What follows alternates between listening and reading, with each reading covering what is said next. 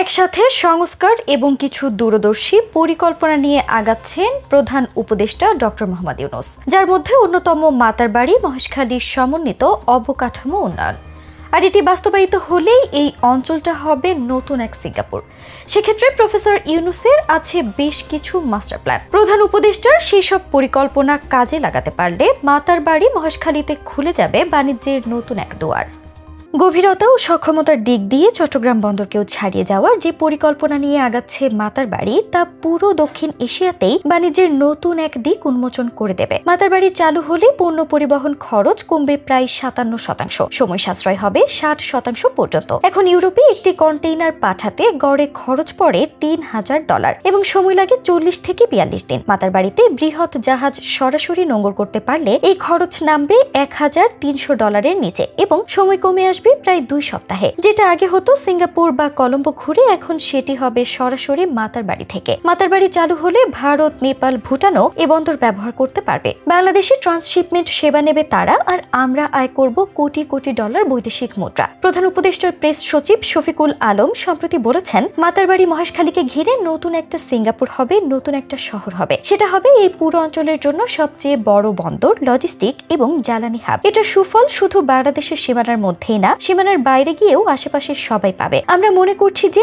নেপাল, ভুটান ও আশেপাশের যারা আছেন সবাই এটা দ্বারা উপকৃত হবেন। উপকূলীয় অঞ্চলকে উৎপাদনমুখী মুক্ত বাণিজ্যিক অঞ্চলে পরিণত করতে মাতারবাড়ি অঞ্চলে দ্রুত অবকাঠামোগত উন্নয়নের আহ্বান জানিয়েছেন প্রধান উপদেষ্টা ডক্টর মোহাম্মদ ইউনূস। মাতারবাড়িকে বন্দর, সরবরাহ, উৎপাদন ও জ্বালানির জন্য দেশের বৃহত্তম কেন্দ্র হিসেবে গড়ে তুলতে বিদেশি বিনিয়োগ বাড়ানোর তাগিদ দিয়েছেন তিনি। মাতারবাড়ি ও মহেশখালী অঞ্চলে যৌথভাবে গড়ে ওঠা MIDI প্রকল্পটি বাংলাদেশ ও জাপানের কৌশলগত একটি অর্থনৈতিক উদ্যোগ। এই প্রকল্পের মাধ্যমে ওই অঞ্চলকে একটি পূর্ণাঙ্গ অর্থনৈতিক করিডোরে পরিণত করার লক্ষ্য রয়েছে, যেখানে শিল্প, জ্বালানি ও পরিবহন খাতের সমন্বিত উন্নয়ন ঘটবে। মাতারবাড়িকে জাতীয় সড়ক নেটওয়ার্কের সঙ্গে যুক্ত করার পাশাপাশি এমন গভীর সমুদ্র বন্দর নির্মাণের পরিকল্পনা রয়েছে, যেখানে কন্টেইনারবাহী বড় জাহাজ ফিরতে পারবে। প্রধান উপদেষ্টা বলেন, মাতারবাড়ি এলাকায় বিপুল সংখ্যক শ্রমিক ও পেশাজীবীর আগমন ঘটবে, তাই তাদের বসবাসের জন্য একটি পরিকল্পিত শহর গড়ে তোলা অত্যন্ত গুরুত্বপূর্ণ।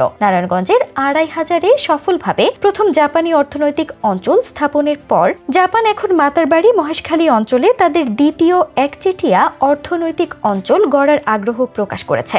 এছাড়া সৌদি আরবের petrochemical giant Aramco Abu Dhabi ports, Saudi বন্দর পরিচালনাকারী সংস্থা রেড সি গেটওয়ে, জাপানি বিদ্যুৎ উৎপাদনকারী প্রতিষ্ঠান JERA এবং মালয়েশিয়ার পেট্রোকেমিক্যাল কোম্পানি পেট্রোনাস সহ একাধিক আন্তর্জাতিক কোম্পানি এই অঞ্চলে বিনিয়োগে আগ্রহ প্রকাশ করেছে। প্রধান উপদেষ্টা সড়ক পরিবহন ও নৌপরিবহন সচিবদের মহেশখালী মাতারবাড়ি সমন্বিত অবকাঠামো উন্নয়ন উদ্যোগ অঞ্চলকে দেশের অন্যান্য অংশের সঙ্গে সংযুক্ত রাস্তা নির্মাণ ত্বরান্বিত করার এবং বৃহৎ সমুদ্রগামী কন্টেইনার জাহাজগুলোকে ধারণ করতে সক্ষম টার্মিনাল তৈরির নির্দেশ দেন। বাংলাদেশ সম্প্রতি মাতারবাড়িতে দেশের প্রথম গভীর সমুদ্র বন্দর নির্মাণের লক্ষ্যে জাপানের penta ocean construction company limited এবং টোয়া কর্পোরেশনের সঙ্গে একটি চুক্তি স্বাক্ষর করেছে। জাপান আন্তর্জাতিক উন্নয়ন সংস্থার সহায়তায় বাস্তবায়িত এই প্রকল্প MIDI উদ্যোগের মূল ভিত্তি হয়ে উঠবে বলে আশা করা হচ্ছে।